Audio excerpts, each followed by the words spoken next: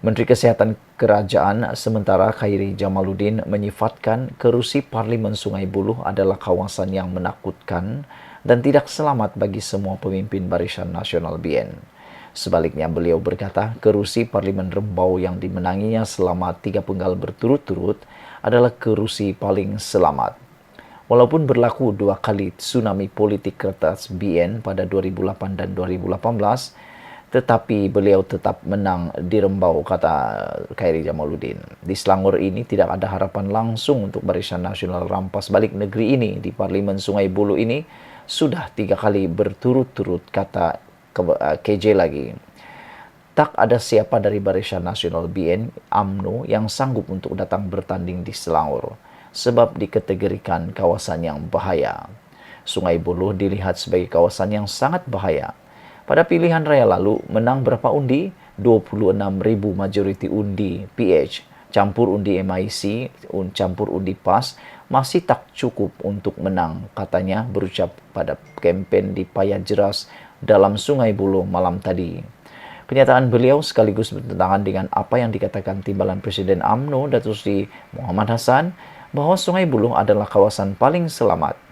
Sebelum ini Muhammad mengarahkan Khairi tidak bertanding di Rembau bagi membolehkannya mengambil alih kerusi itu. Pada Selasa 3 November yang lepas, Muhammad menakis dakwaan bahwa tindakan parti meletakkan Khairi di Parlimen Sungai Buloh pada pilihan raya umum ke-15 sebagai langkah membunuh karier politik Khairi Jamaluddin. Muhammad berkata dakwaan itu adalah tidak benar dengan mengambil kira kerusi Sungai Buloh mengandungi jumlah pengundi Melayu yang mencecah 70% dan kerusi itu adalah amat selamat.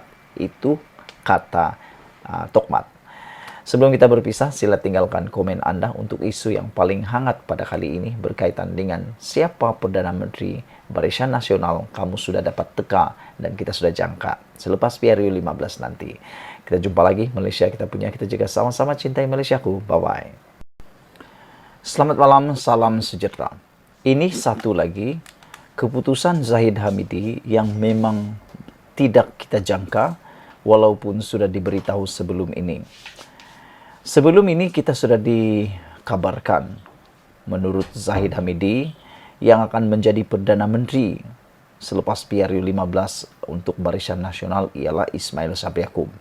Tetapi dengan jawapan terkini daripada Zahid Hamidi ini, kita dapati ianya seakan-akan tinggal menjadi janji-janji sahaja. Hal ini apabila sepanjang kempen ini berlangsung baru dua gabungan parti politik yang telah mengesahkan siapa Perdana Menteri mereka selepas PRU 15. Di Perikatan Nasional telah disahkan bahwa Muhyiddin Yassin sah akan menjadi Perdana Menteri selepas PRU 15. Manakala di Pakatan Harapan pula juga telah pun memberitahu bahwa yang akan menjadi Perdana Menteri adalah confirm adalah Anwar Ibrahim. Namun di Barisan Nasional belum kedengaran langsung daripada kempen hari pertama sehingga kempen hari kedua siapa yang akan menjadi Perdana Menteri mereka. Cuma saja Ismail Sabri Yaakob masih kekal sebagai poster boy.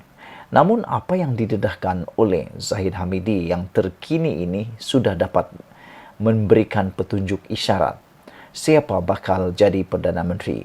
Adakah Ismail Sabri Yaakob ataupun beliau?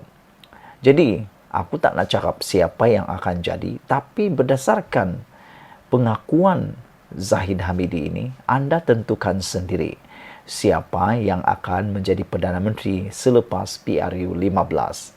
Ini semua apabila Zahid Hamidi kata, kuasa pilih Perdana Menteri adalah atas budi bicara agung.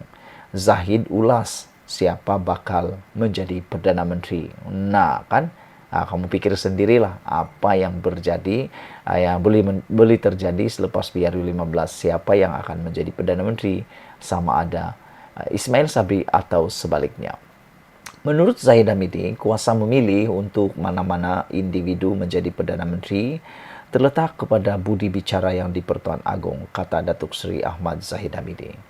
Presiden UMNO itu berkata, isu berhubung siapa yang akan menjadi Perdana Menteri yang ke-10 selepas PRU 15 bukan hanya terletak kepada mana-mana parti politik, kerana ia juga bergantung kepada budi bicara agung yang dirasainya mempunyai majoriti untuk dilantik menjawat jawatan Perdana Menteri tersebut. Menurut Zahid Hamidi, saya bukan Perdana Menteri buat masa ini. Walaupun saya kini Presiden UMNO dan pengurusi Barisan Nasional BN. Jadi dalam keadaan ini, sudah beberapa lama kita diterajui oleh seorang Perdana Menteri dari UMNO, katanya. Jadi isu ini tidak harus dibincangkan kerana proses memilih Perdana Menteri bukan sahaja terletak di tangan mana-mana parti politik, tetapi juga agung, kata Zahid Hamidi. Kita mesti menghormati budi bicara mutlak agung berdasarkan Perlembagaan Persekutuan di bawah Perkara 43, kata Zahid dipetik dari Mail semasa sidang media di Bagan Datuk hari ini. Bagaimanapun, Zahid berkata sama ada Datuk Seri Ismail Sabri Yaakob akan kekal menjadi Perdana Menteri atau tidak, bukan isu memandangkan posternya digunakan sebagai bahan kempen utama PRU 15 kali ini. Kita boleh lihat poster dan papan iklan beliau, iaitu Ismail Sabri, di mana-mana termasuk di Bagan Datuk, kata Zahid Hamidi. Dalam pada itu, Zahid juga tidak menolak kemungkinan kerjasama dengan BN dan pemimpin atau gabungan parti politik lain demi memastikan kestabilan selepas PRU 15. Pengurusi Barisan Nasional itu berkata, kemungkinan kerjasama yang akan hanya diputuskan selepas PRU 15 nanti tidak hanya berkisar kepada Datuk Seri Anwar Ibrahim semata-mata, sebaliknya bersama pemimpin politik lain. Kenapa kami hanya perlu bekerjasama dengan Anwar Ibrahim sahaja, kata Zahid Hamidi. Kita juga boleh bekerjasama dengan pemimpin politik lain, katanya lagi. Zahid berpandangan, biarkan kami melintasi jambatan terlebih dahulu pada 19 November nanti, dan kita akan membincangkan hal itu kemudian. Sama ada kita akan membentuk kerajaan, kami sendiri atau kami kena bekerjasama dengan gabungan parti politik lain, katanya lagi. Beliau berkata demikian ketika diminta mengulas kemungkinan BN bakal bekerjasama dengan Anwar yang juga Presiden PKR merangkap pengerusi Pakatan Harapan PH untuk membentuk sebuah kerajaan selepas PRU 15. Terdahulu, tular di media sosial poster memaparkan gabungan wajah Zahid dan Anwar yang menggelarkan kerjasama itu sebagai jajaran baharu politik negara.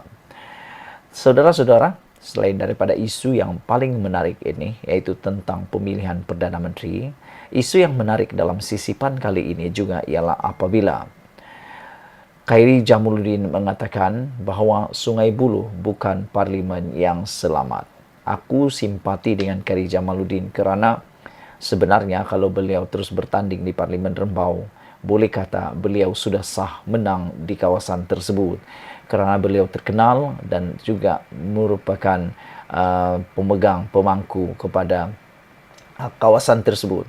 Walau bagaimanapun, kelihatan Khairi Jamaluddin telah dihantar ke tempat yang aku rasa hampir mustahil beliau boleh menang kerana majoriti kemenangan PKR ataupun parti pembangkang Pakatan Harapan di sini ialah 24,000 pada PRU yang lepas. Bagaimana Khairi baru dapat mencuri 24,000 undi itu?